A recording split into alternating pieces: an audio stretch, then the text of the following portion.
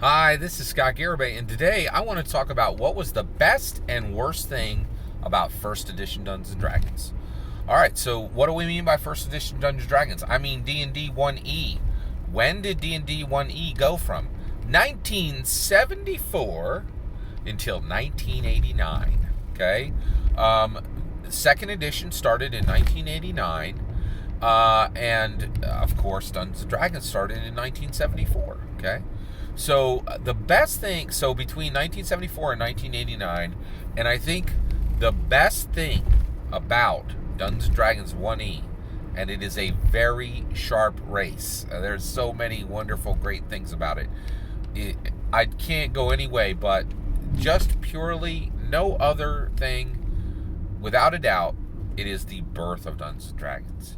Nothing beats the birth of Dungeons & Dragons. Dungeons & Dragons is just such a beautiful, wonderful thing, and it's so special, and just, I thank the Lord. I thank the Lord I was born when I did. Like, I'm 4 years old, older than Dungeons & Dragons. I've gotten to see the life of every single year of Dungeons & Dragons, and I'm very, very convinced Dungeons & Dragons, thank goodness, will absolutely outlive me, right? So I will never have to spend a single day on this earth without Dungeons & Dragons, which is exactly the way I like it. So the birth of Dungeons & Dragons is the best thing about Dungeons & Dragons 1E. The very best thing is simply its emergence into existence. It's just really special. What is the worst thing about Dungeons & Dragons 1E? It is the fall of Gary Gygax. The creator of the game would be, so he creates the game in 1974. He loses every bit of control of the game. He will never be reconciled to the game he created. It is a Canaan moment. Moses going to the very promised land, but never being able to go into the promised land, right? He creates it in 1974. By 1986, he is kicked out of TSR.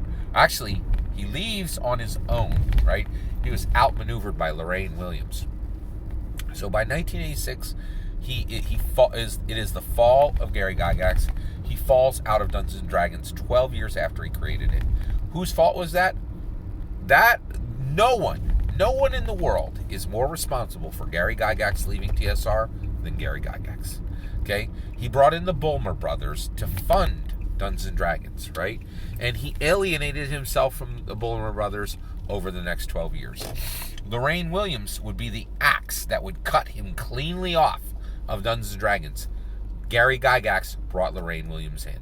Everyone who was instrumental in getting Gary Gygax out of Dungeons & Dragons, Gary Gygax literally invited every single one of them and brought them hand in glove into Dungeons & Dragons.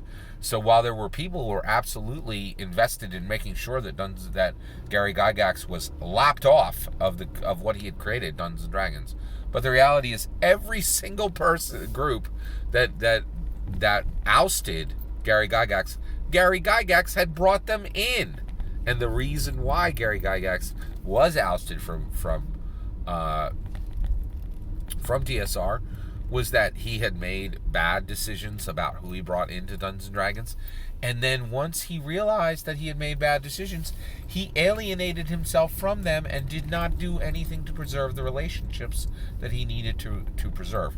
In addition to that, he thought he could be a great creative and a great numbers person at the same time.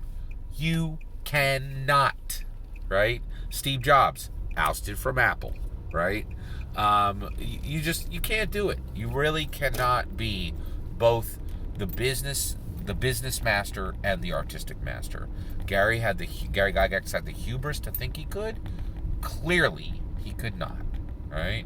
So all that's my opinion. I'd love to hear your thoughts. What do you think is the very best thing about 1E and the very worst thing about 1E? I'd love to hear your thoughts. Let me know in the comments below. Please consider liking and subscribing, and have a wonderful millennium.